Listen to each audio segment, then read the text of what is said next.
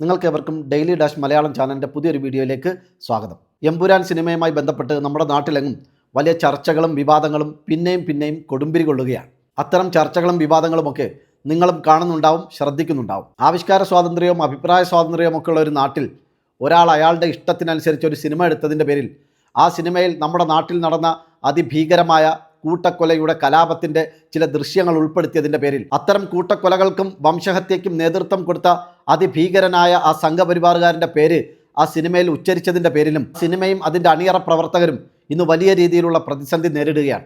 ഒരു പരിധി കൂടി കടന്ന് അവരൊക്കെ രാജ്യദ്രോഹികളായി മാറിയിരിക്കുന്നു, തീവ്രവാദ പ്രവർത്തനത്തിൽ പങ്കാളികളായി മാറിയിരിക്കുന്നു. നമ്മുടെ നാട്ടിൽ ഈ രീതിയിലുള്ള വിവാദങ്ങൾ കത്തിപ്പടരുമ്പോൾ സ്വാഭാവികമായിട്ടും പ്രതിസ്ഥാനത്ത് വരുന്നത് സംഘപരിവാറുകാരാണ്, എതിർചേരിയിൽ വരുന്നത് മതേതരവാദികളും. നമുക്കറിയാം, സംഘപരിവാറിനെ സംബന്ധിച്ചിടത്തോളം അവർക്ക് മുമ്പിൽ അഭിപ്രായ സ്വാതന്ത്ര്യമോ ആവിഷ്കാര സ്വാതന്ത്ര്യമോ ഒക്കെ ആരെങ്കിലും ചെയ്യാൻ ഉദ്ദേശിക്കുന്നുണ്ടെങ്കിൽ അതൊരിക്കലും അവരെ കുറ്റപ്പെടുത്തുന്നതോ അവരെ വിമർശിക്കുന്നതോ ആവാൻ പാടില്ല എന്നുള്ളതാണ് അവരുടെ നിലപാടും അവരുടെ തീരുമാനവും. അത്തരത്തിൽ അവരെ വിമർശിച്ചുകൊണ്ടോ അവരുടെ മുൻകാല ചെയ്തികൾ എടുത്തു കാണിച്ചുകൊണ്ടോ ആരെങ്കിലും ഇവിടെ അഭിപ്രായ സ്വാതന്ത്ര്യങ്ങളോ ആവിഷ്കാര സ്വാതന്ത്ര്യങ്ങളോ നടത്തി കഴിഞ്ഞാൽ അടുത്ത സെക്കൻഡ് മുതൽ അവരാരാണെങ്കിലും തീവ്രവാദികളാകും, ഭീകരവാദികളാകും, രാജ്യദ്രോഹികളാകും. ആ രീതിയിൽ പ്രവർത്തിക്കുന്നതിനോ പെരുമാറുന്നതിനോ വായിൽ തോന്നിയതൊക്കെ വിളിച്ചു പറയുന്നതിനോ ഒരു ലേശം പോലും ഉളുപ്പില്ലാത്തൊരു വിഭാഗമാണ് സംഘപരിവാറുകാർ. എന്നാൽ ഇതേ സംഘപരിവാറിനേക്കാളും ആവേശത്തിൽ അവർക്ക് വേണ്ടി പ്രതിരോധിക്കാനും അവരെ സംരക്ഷിക്കാനും തൻ്റെ എത്തിക്സും ധാർമ്മിക ബോധമൊക്കെ പൂർണ്ണമായി മറന്നുകൊണ്ട് ഒരു മാധ്യമ പ്രവർത്തക തന്നെ അവരുടെ പടയാളിയായി,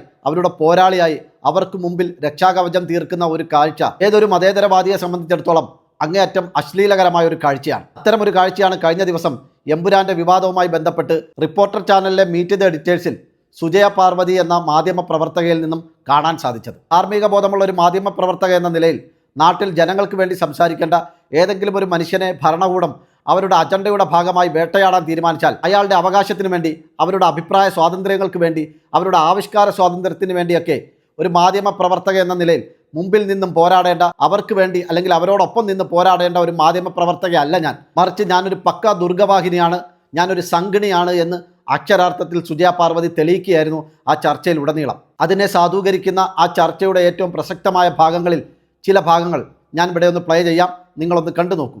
എതിർക്കേണ്ടത് ഞാൻ തീരുമാനിക്കും. ഞാൻ എതിർക്കേണ്ടത് എവിടെ തീരുമാനിക്കണമെന്ന് സുജയ തീരുമാനിക്കണ്ട. ഞാൻ പറയുന്നതിനകത്ത് പറയാനുള്ള സുജയ പറഞ്ഞു. അല്ല, ഡോക്ടർ അരുണിന്റെ തിട്ടൂർ അനുസരിച്ച് താങ്കൾ തിട്ടൂർ എനിക്ക് ഇങ്ങോട്ട് വേണ്ട. അല്ല, അത് ഇങ്ങോട്ട് വേണ്ട, പരസ്പരം മാന്യതയോടെയാണ് സംസാരിക്കാം. ഡോക്ടർ അരുൺ, വെട്ടിയ പടം ബുധനാഴ്ച തിയേറ്ററിൽ കാണാൻ താങ്കൾ കാത്തിരുന്നു. താങ്കൾ പറയുന്നത് പോലെ വെട്ടിയിരിക്കും, 17 വെട്ടെന്നല്ല, അത് മാത്രമേ. ഒരു മാധ്യമ പ്രവർത്തക എന്ന നിലയിൽ സുജയ പറയരുതെന്ന് ഞാൻ ആഗ്രഹിക്കുന്ന ഒരു കാര്യമുണ്ട്. ഒരു മീഡിയ പീസ്, ഒരു സിനിമ ഒരു മീഡിയ ആണല്ലോ, അത് വെട്ടിയിരിക്കും എന്ന് താങ്കൾ പറയുന്നതിൽ എനിക്ക് വിഷമമുണ്ട്, അത്രേ ഉള്ളൂ. ശരി, താങ്കളുടെ വിഷമം അവിടെ ഇരുന്നോട്ടെ, എനിക്ക് വിഷമമില്ല അങ്ങനെ പറയുന്നത്. കണ്ടില്ലേ നിങ്ങൾ, ഒരു മാധ്യമ പ്രവർത്തക പരസ്യമായിട്ട് ഈ കവലച്ചട്ടമ്പികളെ വെല്ലുന്ന രീതിയിൽ, അല്ലെങ്കിൽ വർഗീയതയും വിദ്വേഷവും വെല്ലുവിളികളുമായൊക്കെ നടക്കുന്ന സംഘപരിവാർ നേതാക്കളെ വെല്ലുന്ന രീതിയിൽ മതേതര കാഴ്ചപ്പാടുകൾ ഉയർത്തിപ്പിടിക്കുന്ന ഒരു ചാനലിൻ്റെ ഫ്ലോറിൽ ഇരുന്നു കൊണ്ട് അത്തരം സഹപ്രവർത്തകരോടൊപ്പം ഇരുന്നു കൊണ്ട് പച്ചയായി പരസ്യമായി അവർ വെല്ലുവിളിക്കുകയാണ്. വെട്ടിയിരിക്കും, വെട്ടി മാറ്റിയിരിക്കും.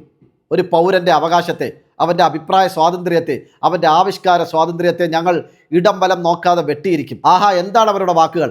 നാട്ടിലെ കവലച്ചട്ടമ്പികൾ പോലും ഒരുപക്ഷെ ഉപയോഗിക്കാത്ത വാക്കുകൾ. നാട്ടിൽ വർഗീയതയും കലാപവുമായി നടക്കുന്ന, ശാഖയ്ക്കപ്പുറം ഒരു ലോകം പോലും കണ്ടിട്ടില്ലാത്ത, കേവല വിദ്യാഭ്യാസം പോലും നേടിയിട്ടില്ലാത്ത സംഘപരിവാർ ഗുണ്ടകളെ പോലും നാണിപ്പിക്കുന്ന വിധത്തിലാണ് മാന്യതയുടെ മുഖംമൂടി ധരിച്ച ഈ മാധ്യമ പ്രവർത്തക വിളിച്ചു പറഞ്ഞുകൊണ്ടിരിക്കുന്നത്. ഇത്തരത്തിൽ പൂർണ്ണമായും സംഘപരിവാറിൻ്റെ കുഴലൂത്തുകാരിയായ ഈ മാധ്യമ പ്രവർത്തകയെ, ഈ സംഘടനയെ നിങ്ങൾ എന്തിനാണ് റിപ്പോർട്ടർ ചാനലുകാരെ ഇനിയും നിങ്ങളുടെ ഫ്ലോറിൽ വെച്ചുകൊണ്ടിരിക്കുന്നത്?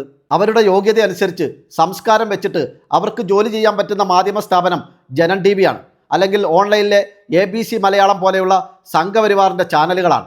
അത്തരം വർഗീയ വിദ്വേഷ വിഭാഗീയ ചിന്താഗതിക്കാരൊക്കെ അടിഞ്ഞുകൂടുന്ന ഒരു സ്ഥലത്തേക്ക് ഒഴുകിപ്പോകേണ്ട സുജയ പാർവതിയെ നിങ്ങൾ ഇനിയും റിപ്പോർട്ടർ ചാനലിൻ്റെ ഫ്ലോറിൽ വെച്ചോണ്ടിരിക്കാൻ പാടില്ല എന്നുള്ളതാണ് എൻ്റെ വിനീതമായ അഭിപ്രായം. ഇനി അതല്ല, മുല്ലപ്പൂമ്പൊടി ഏറ്റുകിടക്കും കല്ലിനുമുണ്ടൊരു സൗരഭ്യം എന്ന് പറയുന്നത് പോലെ ഈ സംഘപരിവാറിൻ്റെ വിഭാഗീയ അശ്ലീല അഴുക്ക് ചിന്തകൾ പേർന്ന സുജയ പാർവതിയെ കൂടെ ഇരുത്തി മതേതര ചിന്താഗതിക്കാരായ, മതേതര കാഴ്ചപ്പാടുകൾ ഉയർത്തിപ്പിടിക്കുന്ന ഡോക്ടർ അരുണും സ്മൃതിയും ഉണ്ണി ബാലകൃഷ്ണനും ആൻഡോ ജോസഫും എല്ലാം കൂടെ ചേർന്നിട്ട് തർക്കിച്ചും സംസാരിച്ചും മെല്ലെ മെല്ലെ അവരിലേക്ക് മതേതര ചിന്തകളുടെയും കാഴ്ചപ്പാടുകളുടെയും സൗരഭ്യം സുജയ പാർവതിയിലേക്ക് പടർത്തി വിടാമെന്നാണ് നിങ്ങൾ ആഗ്രഹിക്കുന്നതെങ്കിൽ, അതാണ് നിങ്ങളുടെ ലക്ഷ്യമെങ്കിൽ, അത് വെള്ളത്തിൽ വരച്ച വര പോലെ ആവാനാണ് സാധ്യത. കാരണം അട്ടയെ പിടിച്ച് മെത്തയിൽ കിടത്തിയാൽ അത് കിടക്കില്ല, പിന്നെയും അത് ഇഴഞ്ഞ് അഴുക്കിലേക്ക് തന്നെ പോകും.